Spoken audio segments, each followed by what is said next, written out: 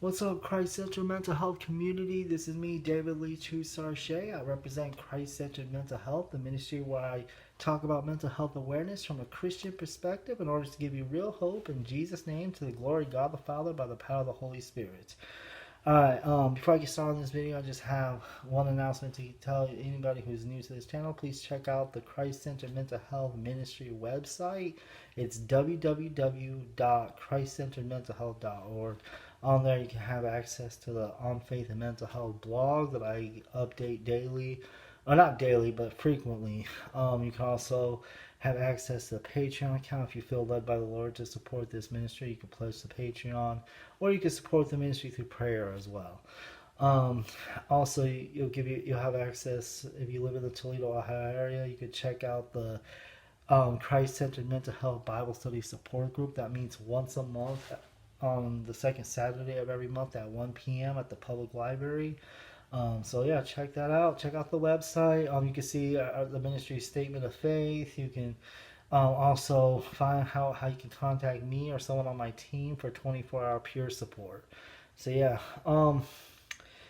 Now, as you can tell, the title of this video is my response to Ruslan and Paul Oligus and Alan Parr. However, this is mainly a response to Ruslan and Paul Oligus. For those of you that aren't familiar with Paul Oligus, he's from the Paul and Morgan show or YouTube channel. You can check out.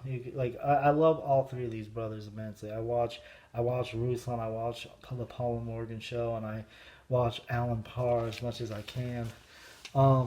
These are three brothers in the faith. I disagree with them theologically, but they're still brothers in the faith.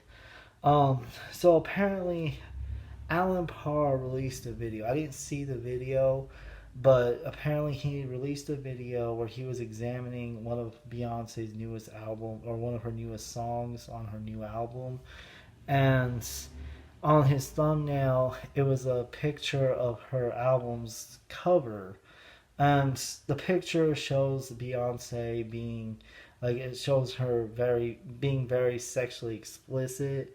I mean, that's just Beyonce. She's very sexually explicit. But apparently Paul lovingly messaged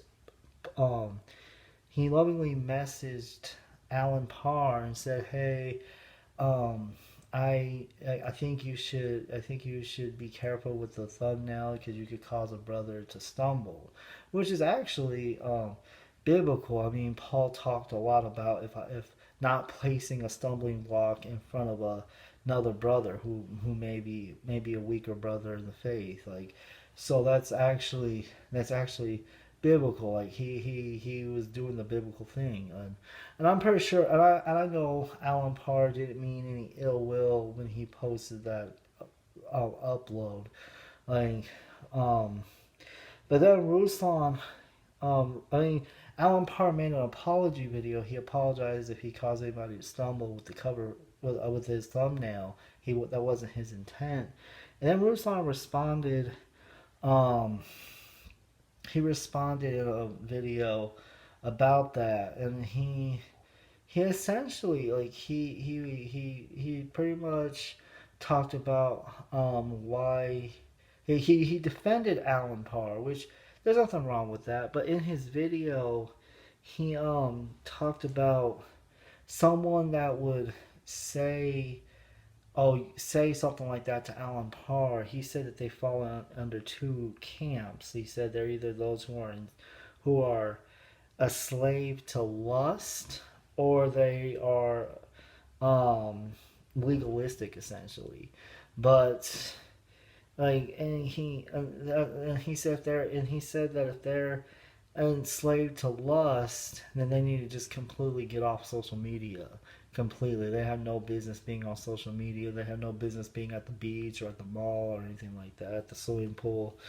So then Paul did a response video to Ruslan, and in his response, he offered a third possibility to Ruslan's dichotomy, and his third possibility was men who aren't enslaved to porn, but they can still be tempted by lust. Um, okay, so I just want to I want to get my I know nobody asked me for my 2 cents, but I just felt like I want to give my 2 cents on this because this is a topic that needs to be discussed. First off, I want to say Jesus does say that if you lust after a woman, you committed adultery with her in your heart. So lust is a sin. Lust is a sin, and it's actually a form of idolatry if you lust. So like yes, it is sinful to lust, and um I think Ruslan is right when he says that if you're enslaved to porn or if you're enslaved to lust, that you do need to do something very radical to overcome it. You do. Like you can't just um, soft pedal it and think that it's just gonna go away.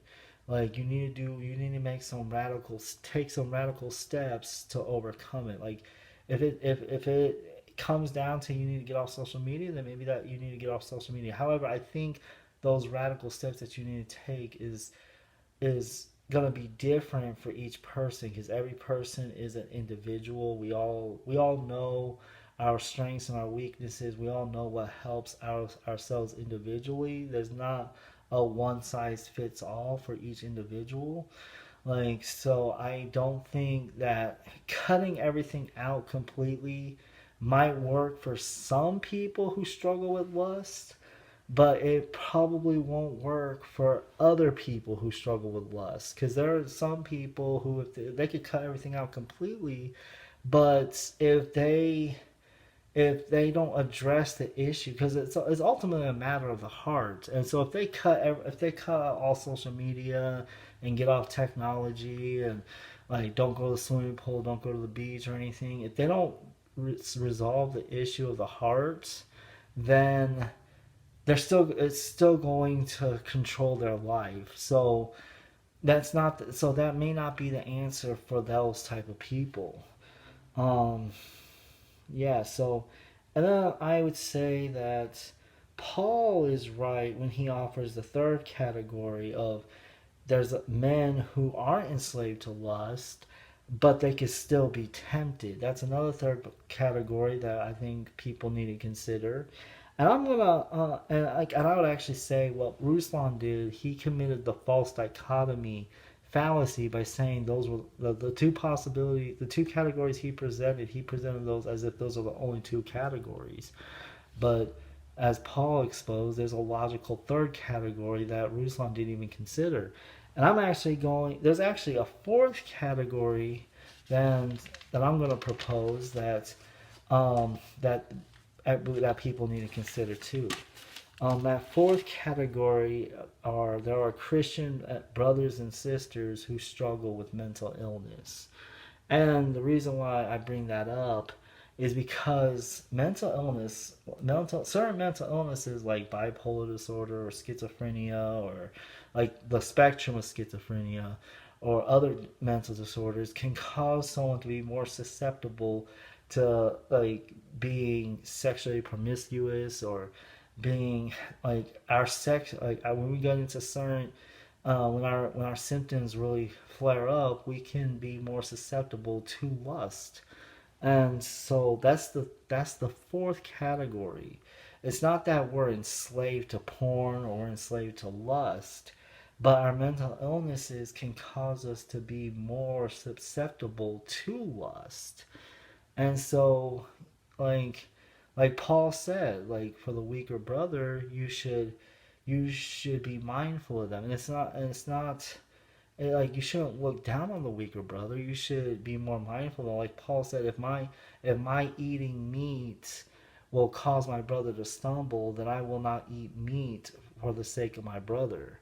Um, so um, and like for instance, I know from me personally, like I do struggle with lust from time to time, especially when I'm in hypomanic phases.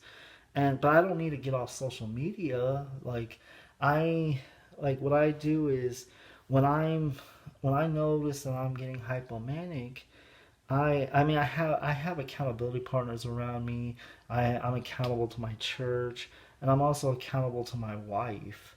Like and but I do notice that when I'm starting to get hypomanic, I do take some serious precautions. Like when I'm online, like one of the things I do is I restrict how long I'm online and what I'm doing online. Like I will avoid certain sites that I know will cause me to stumble. So like those are the precautions that I take. But yeah, so in conclusion, like I think both of these men they make some good solid points.